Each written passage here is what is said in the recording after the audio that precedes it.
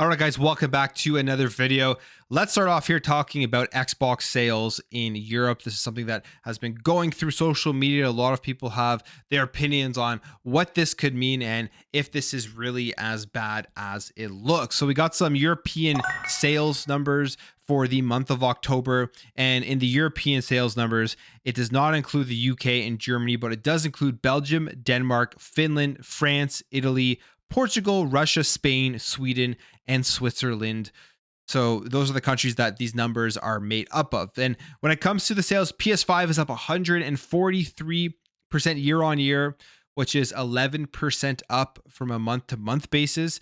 The Switch is down 20% year on year, which is 10% up from month on month, while the Xbox is down 52% year on year and down 20% month on month from September to October. And as we know, Starfield released in September, so that probably pushed a lot of people to go out there and buy an Xbox Series X and S. Now, the big debate here is that 52% that Xbox is down on a year-to-year basis in that European region is not a good number to have out there. It's not a good number. It does not look good. And Xbox definitely, in terms of trying to sell their consoles, have a lot of work to do to avoid a big downfall like that on a year-to-year basis, especially where 2023 is a significantly better year than 2022 when it comes to the Xbox side of things. And again, this is just another one of those data points that really does show the first party games aren't the things that sell consoles, whether it's on Xbox, whether it's on the PlayStation 5. It isn't the main thing that people go out there and buy a console for. Yes, you'll get a boost here and there. Like when a Starfield comes out, you'll get a boost. When a Spider-Man comes out, you will get a boost. But at the end of the day, people buy consoles for various different reasons, like the price, the convenience, where their friends play, wanting to just jump in and play Madden or Call of Duty, games like that, over the first party games. And we can see again here when they're down 52% over a year in 2022, which was not a good year for first party releases by Xbox. It's really all you kind of have to look at. Now, here's my opinion on this 52% thing. I honestly don't like it being down 52% because they obviously are moving away a lot of their focus from trying to push the console, trying to sell it, trying to market it, all that type of stuff. And they are really focused on the Xbox ecosystem as a whole because that's the strategy of Xbox. They do not care where you play Xbox. They do not care whether it's on PC, whether it's on mobile, anything like that. So I think a lot of those numbers play out when we are seeing these percentage drops. But I don't think this is in any way some sort of doom or gloom or some sort of terrible thing that a lot of people on social media make it out to be. They look at these numbers in a vacuum. They look at it as, oh, 52% down. That's a huge number. Let's outrage about this. But the reality of the situation is we have to take a look at the Microsoft financial reports, the Xbox financial reports, and the situation, the reality of what Xbox is right now. So this is from their last financial report. This was actually published on October 24th. So this is extremely, extremely recent. And we take a look on the Xbox side. Xbox hardware revenue declined 7%, where this is when Microsoft even launched the 1 terabyte black version of the Xbox Series S in September. And they had just released Starfield as the huge game that was coming out this year. Even with that, Xbox hardware was still down 7%. And here is where their strategy comes in that offsets all of these negatives in the hardware and shows where Xbox's main focus is. Even with the hardware down, the Xbox content and services revenue, which includes Xbox Game Pass, was up by 13%, which meant that the overall gaming revenue at Xbox, even with a decline in hardware sales, was up 9%. And it looked like Xbox Game Pass had grown year over year. So when we're looking at these console sales and we're seeing them down 52% year over year in a region of the world where it is clearly dominated by PlayStation, Xbox has had success in Europe before. I mean, it even says here that throughout this year, they've actually had increases in terms of their year-over-year results in the sales themselves. The reality of what is Xbox? Xbox is a content and services company when it comes to how they are trying to grow their brand and how they are trying to grow their business. And people may hear that and try to misinterpret it to meaning that they are going to abandon the console. I don't think in any way they're going to be abandoning the console. We've seen stuff come out in the leaks of their documents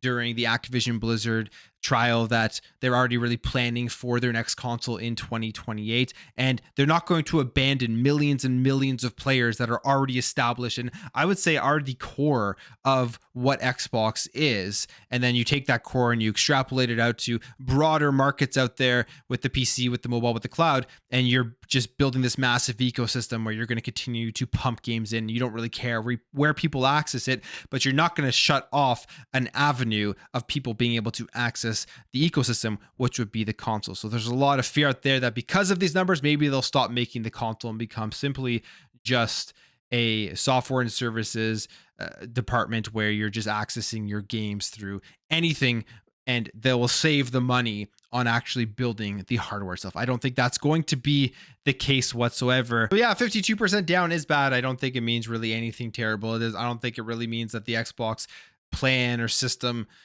is going in the wrong direction. I'm sure we'll see at the next financial report that gets released, unless something crazy happens, that again, sales revenue is going to be down for hardware, but their overall gaming revenue is going to be up because of these content and these services themselves. And we even had Phil Spencer here saying that back in October, he admitted that Xbox Game Pass growth had stalled on the console side of these services. And we've also seen so many different reports and data showing that mobile is kind of the biggest opportunity to grow. And that's what Xbox is going to be focusing on in order to continue to make Xbox bigger and bigger. I feel like when people hear that, and when I say this, or if anybody else talks about this and they say that mobile and the cloud and PC, it strikes fear into the console lovers out there. And I'm a console lover. As somebody who plays primarily like 90% of the time on console, I will buy consoles until the day I die. I do never want to see them going away. But I don't think that them focusing on the other areas is going to be the end of the console. There's already so many established millions of people in the console market for Xbox. There's no way they are going to shut those people off. And if we seen what Xbox has done with these series from the Xbox One, everything is transferable over. They are just going to have one big ecosystem that no matter where you are playing, you're going to be able to access Xbox. That's kind of what their goal is. It just means that for them to continue to grow and for them to continue to be successful going forward, they can't be stagnant. They have to find other ways to make money. And that's going to be through mobile, and that's going to be through broadening the ecosystem in other places. Take a look what PlayStation has done this generation. They were stagnant, and we are seeing that stagnant behavior just hurt them with their profit margins, with them struggling, with them having to pivot now. We have no roadmap for their games. Just because they're selling a bunch of consoles, it really doesn't mean too much for their business in terms of how are they going to generate more revenue with other streams besides locking people to a console and pushing first-party games. So I see that 52%. Yes, I think that it's bad, and I would love to see them try to not have a negative 52% decrease in console sales year over year in any parts of the world. But the reality is I don't really think it is that a big deal for the Xbox strategy and for what they are trying to do. And I don't think it's going to end up with Xbox abandoning the console market, as a lot of people are starting to have fear whenever they see these numbers without any context surrounding the number at all. But let's jump over here. Let's talk about a lawsuit that is going on. This one is against Sony and against PlayStation, specifically in regards to their store prices. So they are facing a $7.9 billion mass lawsuit over PlayStation store prices. And it says here that Sony Interactive Entertainment was sued last year on behalf of nearly 9 million people in the United Kingdom who had bought digital games or add-on content through Sony's PlayStation Store. And the advocate for this is Alex Neil, who has worked on previous campaigns and is bringing this against Sony, obviously, which is valued at 5 billion pounds, or 6.23 billion plus interest. So the numbers here are a bit different. 7.9 billion they say up here overall, but in the pounds it is around 5 billion.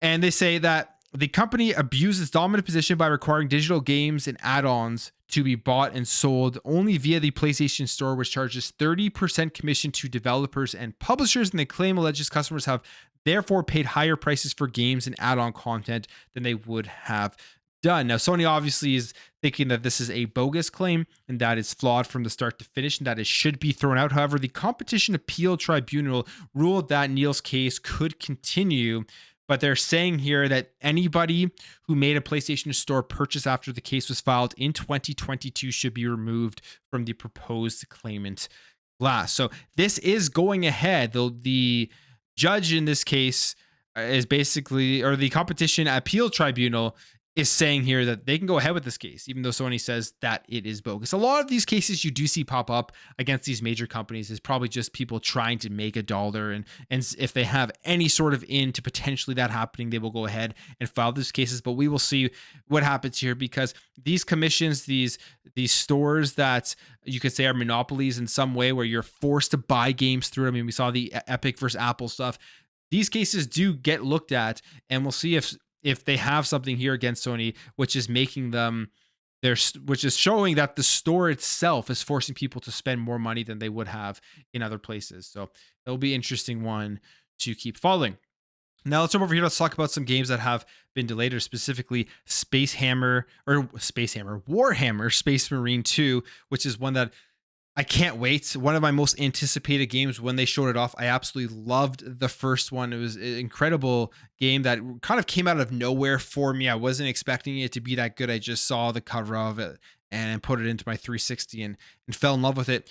So and from what we've seen from Space Marine 2, looks phenomenal, but it looks like that it is being delayed now to the second half of 2024. And they're saying it is to provide the time needed to properly polish the game and to ensure the best possible experience. I'm all for that. I hope this game does come out extremely polished. It comes out as good as it has been looking in the trailers and stuff, but this is going to be a massive one to keep your eyes on for 2024. 2023 was an incredible year, and we're going to just be getting a bunch of great stuff as well next year, especially when you think about the first party releases that are coming from Xbox. And then we have here a nice update about Prince of Persia, The Sands of Time remake, which we hadn't heard about in a while, and wondering if this thing was ever actually going to make its way out. I love the original Prince of Persia, and Ubisoft Montreal is saying that we are glad to announce today that the project has passed an important internal milestone and development is progressing. We look forward to sharing more in the future. So I guess this thing is still alive. It's passing internal milestones. So look for more about the Prince of Persia Sands of Time remake. I hope this thing turns out to be a very faithful and very good remake, as I think this franchise really deserves that. We do have that side scrolling one that is coming out, which I think looks phenomenal. A lot of people were kind of hating on that when they showed it off. I think it looks really, really good. Something to kind of keep you while you wait for the remake of the Sands of Time. Now, when it comes to Call of Duty, we have some huge news here, even despite all of the negative reviews for this game. And this is a game in terms of the multiplayer. I've been loving the multiplayer. Very, very fun. I'm liking it better than MW2. And the campaign, I've talked about the campaign. It wasn't my favorite. There's a lot of things that could have improved upon. I would give it like a 6 or 7 out of 10. But when it comes to the overall engagement, MW3 is actually setting records for Call of Duty. They posted this saying, "Thank you, MW3 players, for setting new Modern Warfare engagement records." They say, "This season we are thankful for you. Thank you for a historic launch. Just 2 weeks in, MW3 has already set records with the highest engagement in the new Modern Warfare trilogy."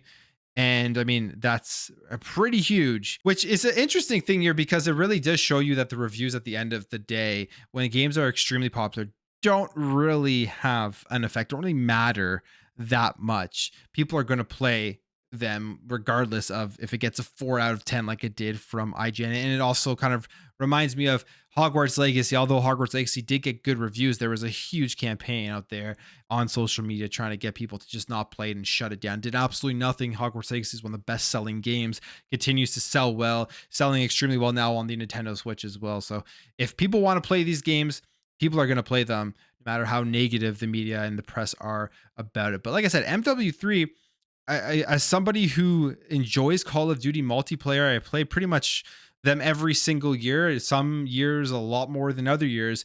MW3 is one I'm going to play more than MW2. I think if it continues the way that it is going, I don't know. I'm just finding it a lot of fun. I think it's like a little bit faster and stuff. Maybe that's why, but I am enjoying the maps and all that type of stuff. Now let's jump over here. Let's talk about uh, Halo Infinite, because every time I'm hearing good news about Halo Infinite these days, extremely happy to see it because I think it absolutely deserves it. The turnaround that game has had from the multiplayer perspective, from the content that they are continuing to bring, has been phenomenal. And I couldn't be happier because, in my opinion, Halo Infinite is the best playing Halo ever made in terms of the controls, the stuff that they added.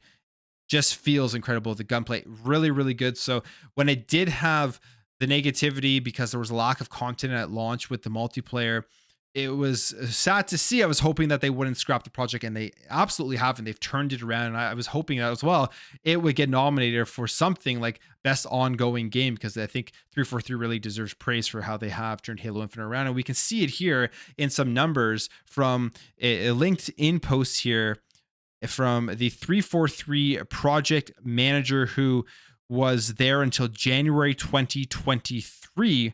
It says here, according to a former product insight manager at 343 LinkedIn page, Halo Infinite has surpassed 30 million unique players, which is up from 20 million reported in 2022. And also mentioned is a new unannounced internal project in the works at 343 Industries.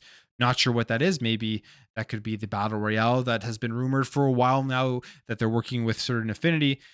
People have been talking about, we haven't seen any official announcement for, but a 10 million unique player game in a single year, and absolutely deserves. And I have a feeling that it's going to continue to gain. Halo Infinite, I think, is doing well right now.